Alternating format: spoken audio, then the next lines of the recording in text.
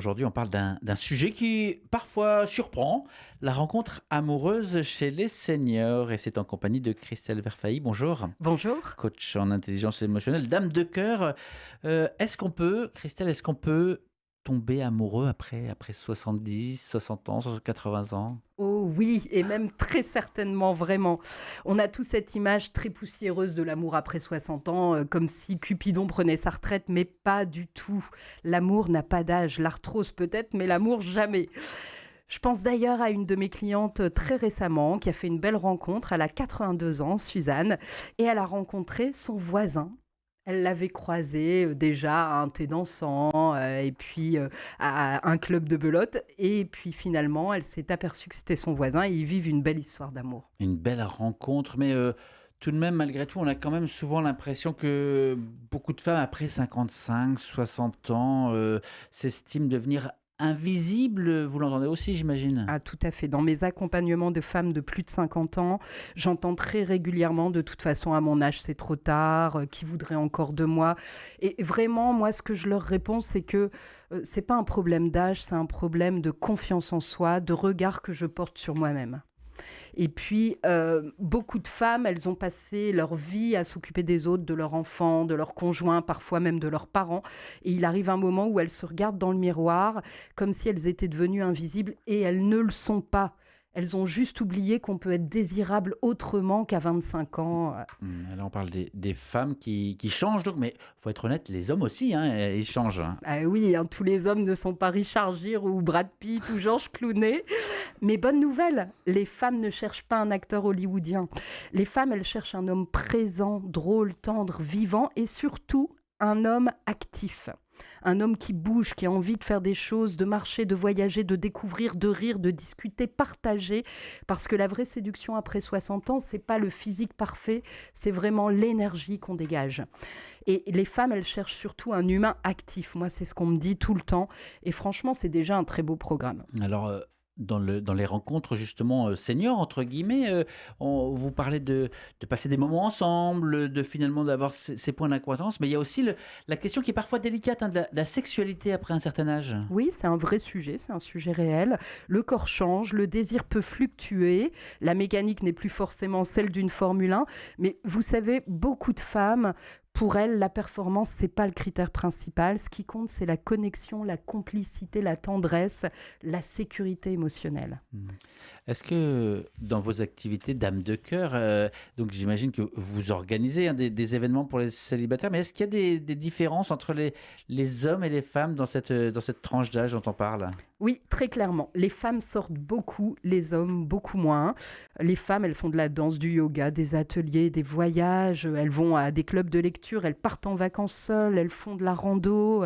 Elles sont très actives, elles vivent vraiment. Et les hommes, eux, on a un peu l'impression qu'ils restent coincés dans le triangle canapé, télé, télécommande, voire derrière leur écran. Résultat, quand j'organise une soirée, j'ai souvent un homme pour 3 femmes. Donc autant vous dire qu'il a le succès d'une rockstar, hein, même s'il ne sait pas danser. Donc vraiment, messieurs, si vous m'écoutez, sortez. Parce que personne ne va venir vous chercher chez vous. L'amour, c'est vraiment une rencontre. Et donc pour rencontrer, il faut être dehors. Alors, c'est des mots qui peuvent effectivement toucher, mais concrètement, qu'est-ce qui peut pousser un homme à sortir Alors, souvent, les hommes sortent. Ils me disent, mais si, on sort. Mais oui, ils vont aller voir un match de foot entre amis. Ils font des activités très masculines. Donc, ils risquent pas de rencontrer des femmes. Mais très souvent, ils osent pas partir en vacances. Par exemple, les femmes, elles vont souvent dans des clubs de vacances où il y a des célibataires ou pour faire de la rando. Et souvent, il y a 7 femmes, 3 hommes. Donc, c'est une réalité, c'est un constat. Les hommes sortent beaucoup moins. C'est une proportion assez dingue. Alors, on imagine aussi qu'aujourd'hui, en 2026, eh bien, les rencontres se font aussi et surtout peut-être sur Internet. Est-ce que c'est le cas pour les seniors? Oui, c'est aussi le cas. Il y a d'ailleurs un site qui est très connu qui s'appelle 10 ans demain, qui est un site qui a été créé par Mythique. Donc effectivement, c'est un site pour les plus de 50 ans, donc on peut se rencontrer. Mais il y a aussi des endroits auxquels on ne pense pas. Mais par exemple, en maison de retraite, il y a beaucoup d'histoires d'amour qui se créent. Des veufs, des veuves, des personnes qui se retrouvent autour d'un repas, d'une activité, d'une promenade. Il y a une complicité qui naît. Et parce que le besoin d'affection, de tendresse, de présence, lui, il prend jamais sa retraite en fait. Mais alors, on a aussi certains clichés qui perdurent, qui demeurent, comme par exemple le fait que des hommes mûrs cherchent forcément des femmes plus jeunes. Ouais, tout à fait. Ça, c'est une idée reçue, hein. Alors évidemment, si on regarde la sphère people, oui, c'est le cas. Certains le font de toute façon, mais beaucoup d'hommes cherchent surtout une relation simple, douce, sans jeu psychologique, sans compétition. Ils veulent quelqu'un qui les comprenne, qui comprenne leur silence, qui rit de leurs blagues et qui sait où ils ont rangé leurs lunettes. Parce que la maturité, ça séduit aussi parce qu'elle rassure, elle apaise, elle est vraie. Mais alors, si on prend un peu de recul sur ce qu'on vient de dire, est-ce que l'amour tardif ou l'amour, c'est ça, senior, est-ce qu'il est vraiment différent?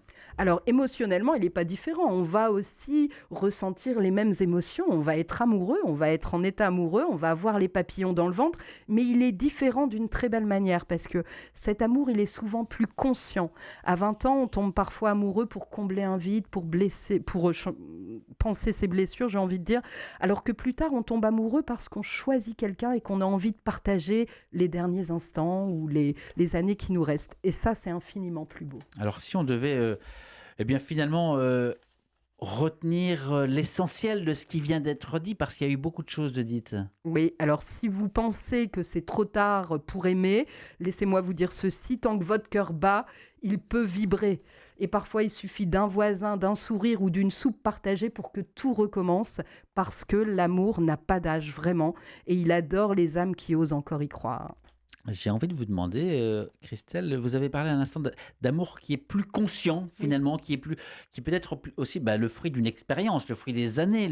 Est-ce que ces années, ces expériences, ces réalités vécues font pas qu'il y a des murs qui se sont bâtis, des retenues aussi? C'est ce qui se passe beaucoup. Moi, je m'en aperçois chez les femmes. Elles ont des blessures, des divorces. Souvent, quand on est après 50 ans seul, c'est qu'on a divorcé, bien souvent.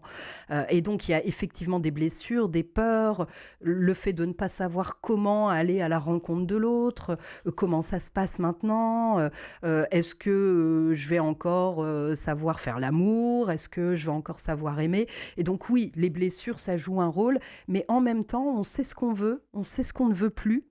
Donc c'est aussi des belles histoires parce que on n'a plus envie, par exemple, de s'occuper de la petite PME familiale, de faire du repassage. Bien souvent, on vit chacun chez soi et on profite vraiment des bons moments et de partage surtout. C'est ce qu'ils recherchent. Et celles et ceux qui, à cet âge, viennent voir Dame de cœur, justement, qu'est-ce qu'ils recherchent?